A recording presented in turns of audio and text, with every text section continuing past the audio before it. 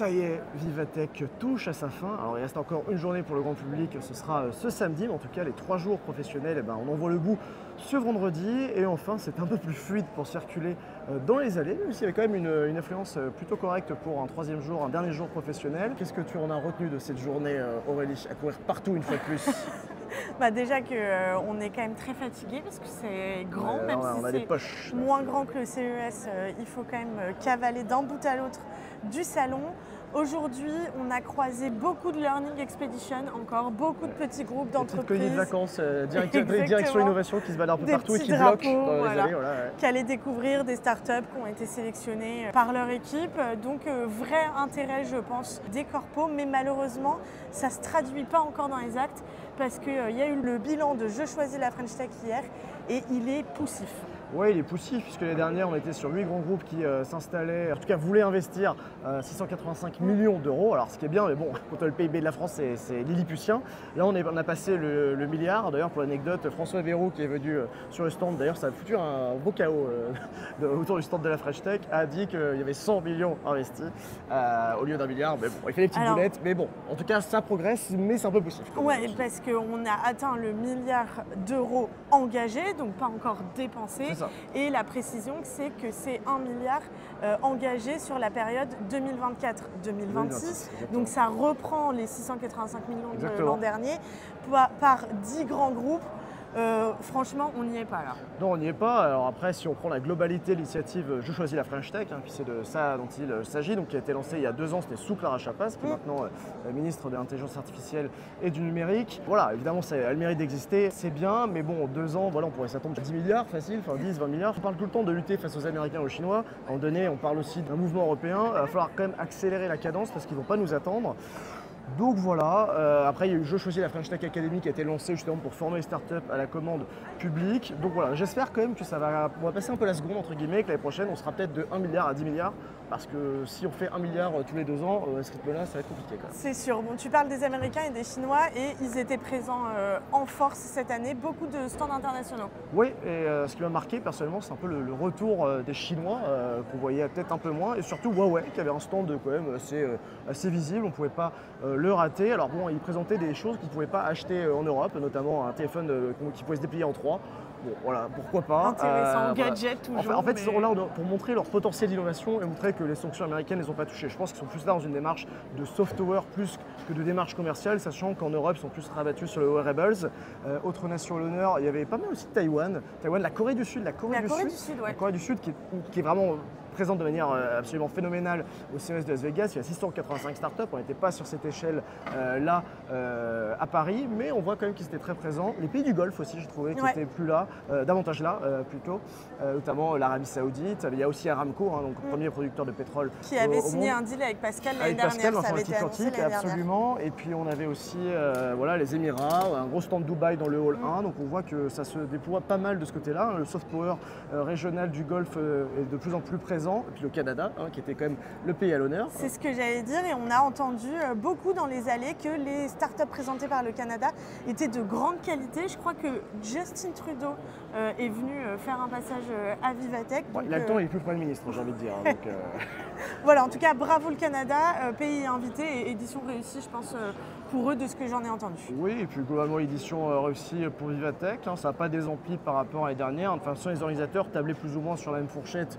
d'affluence. On était autour de 175 000 visiteurs, ce qui est plutôt bien. Alors après, il y a toujours la bataille des chiffres entre le CES et Vivatech, qui dit vrai, qui dit faux, on ne sait pas. Mais en tout cas, ça n'a pas désempli. Là, c'est un peu plus calme aujourd'hui. Puis demain, je pense qu'il y aura une bonne affluence pour le grand public.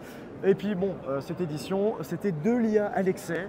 Attends, Aurélie, ça fait 2 ans et demi qu'on est en plein délire, j'ai envie de dire, sur l'IA. Ça ne s'arrête pas.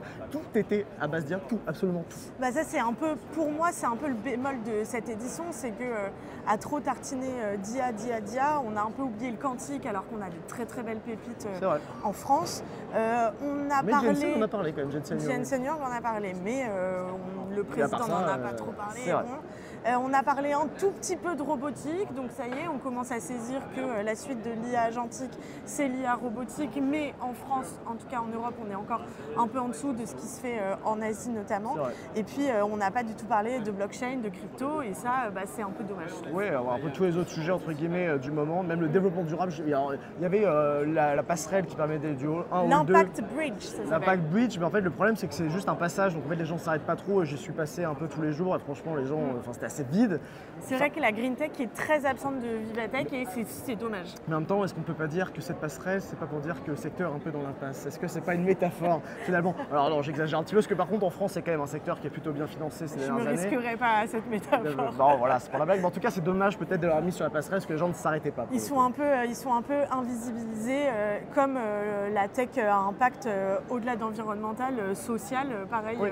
On les voit pas, ils sont pas mis en avant et ça c'est dommage. Oui, puis peut-être qu'on va pu remettre en perspective en fait des data centers, puissance de calcul, énergie plus verte peut-être pour les faire tourner. Ça, c'est peut-être été un peu oublié, mais bon, peut-être que ça viendra aussi, parce que je pense qu'on a au moins pour 2, 3, 4 éditions, ça va être encore ultra IA. Focus IA. Mais voilà, grosso modo, bon, évidemment, les gros temps forts, c'était Jensen Huang, la keynote, c'était vraiment la méga star de cette édition de mercredi avec Arthur Mensch, qui a été adoubé par Jensen Huang, qui a dit que c'était peut-être le meilleur espoir de l'Europe dans l'IA. Jensen Huang qui a fait sensation à l'Elysée, de ce qu'on a pu lire un peu partout. Il y a eu ce dîner à l'Elysée mercredi soir, qui a réuni à peu près 200 personnes.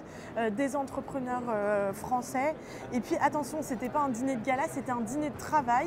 Donc il y a eu des conclusions de groupe de travail gérées par Maurice Lévy qui ont été présentées et apparemment des entrepreneurs qu'on a croisés qui ont assisté à ce dîner, c'était quand même de qualité. Voilà. Et apparemment, Jensen Huang a fait un discours qui a cloué le bec à tout le monde. Alors tout le monde était peut-être un petit peu en mode décompression, ce qui peut se comprendre après une journée dans la fournaise technologique de Vivatech, qui a fait notamment une métaphore sur le software le vin. Bon, pourquoi pas. Voilà, mais en même temps, il a lu beaucoup d'humour. On l'a pu voir lors de la keynote. Donc voilà, une édition réussie, sous le soleil, ce qu'il a souligné, et sous la clim. Voilà, en espérant qu'on ne tombe pas malade, parce que là on est dans la media room, et autant vous dire qu'on prend un shot d'air froid alors qu'il fait 30 degrés dehors. Mais cette année, ils nous ont donné des plaids, donc voilà, les journalistes écrivent leurs papiers. C'est la principale innovation de la media room, c'est vrai. C'est très drôle.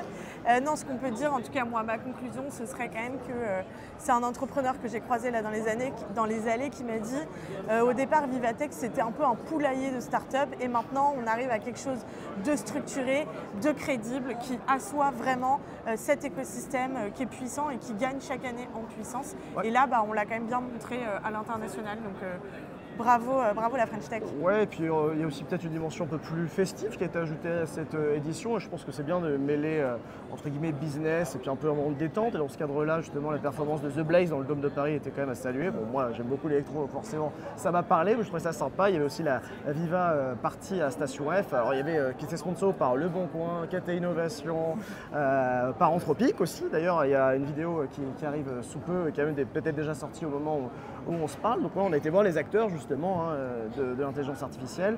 Donc, on a une dimension festive qui était agréable. Et voilà, je pense que au-delà de l'événement et de voir un peu tout ce qui se passe, tout le monde est content de se revoir, de se rencontrer. Voilà, c'est aussi un point d'échange, un catalyseur pour l'écosystème tech européen. Donc là-dessus, je pense que c'est réussi. Et puis l'année prochaine, ce sera les 10 ans, puisque c'était qu'en 2016, Vivatech. Donc en 2026, on sera là pour les 10 ans. Bien sûr, un anniversaire. Et je vous donne une petite info en exclu, Maxence. Allez, allons-y. Demain, c'est l'anniversaire de Clara Chapaz. Et elle sera sur la scène de Vivatech pour la journée grand public, pour une session « Posez-moi vos questions ». Donc voilà, si ça vous intéresse, vous pouvez aller souffler ces bougies avec elle demain à Vivatech. Et puis nous, évidemment, qu'on sera là l'année prochaine pour les 10 ans. Exactement. En attendant, on va récupérer. Je pense que Clara Chapaz demain soir aussi va bien récupérer parce qu'elle a une semaine phénoménale. Donc voilà, j'espère que vous avez pris du plaisir à suivre ce Vivatech 2025 à nos côtés. C'était le dernier gros temps fort de cette saison. Voilà, on va faire un petit break cet été et puis on reviendra en septembre avec le France Digital Day, Big à Bercy. Bon, de toute façon, ça reprend, ça ne s'arrête jamais la planète tech. On sera quand même là tout l'été avec des interviews, des décryptages à retrouver, à lire sur la plage ou à la campagne. Mais effectivement, le rythme de l'actu va se ralentir un petit peu. En tout cas, on espère, histoire de souffler un petit peu, parce que là, pour la semaine de Vivatech, ça fuse dans tous les sens. Mais bon, ça veut dire qu'il se passe beaucoup de choses, c'est une bonne nouvelle. Voilà, on va se quitter là-dessus. On va vous souhaiter une excellente soirée, un excellent week-end. Et on se retrouve très vite pour de nouvelles aventures sur Madines. Ciao tout le monde. À très vite. Bye.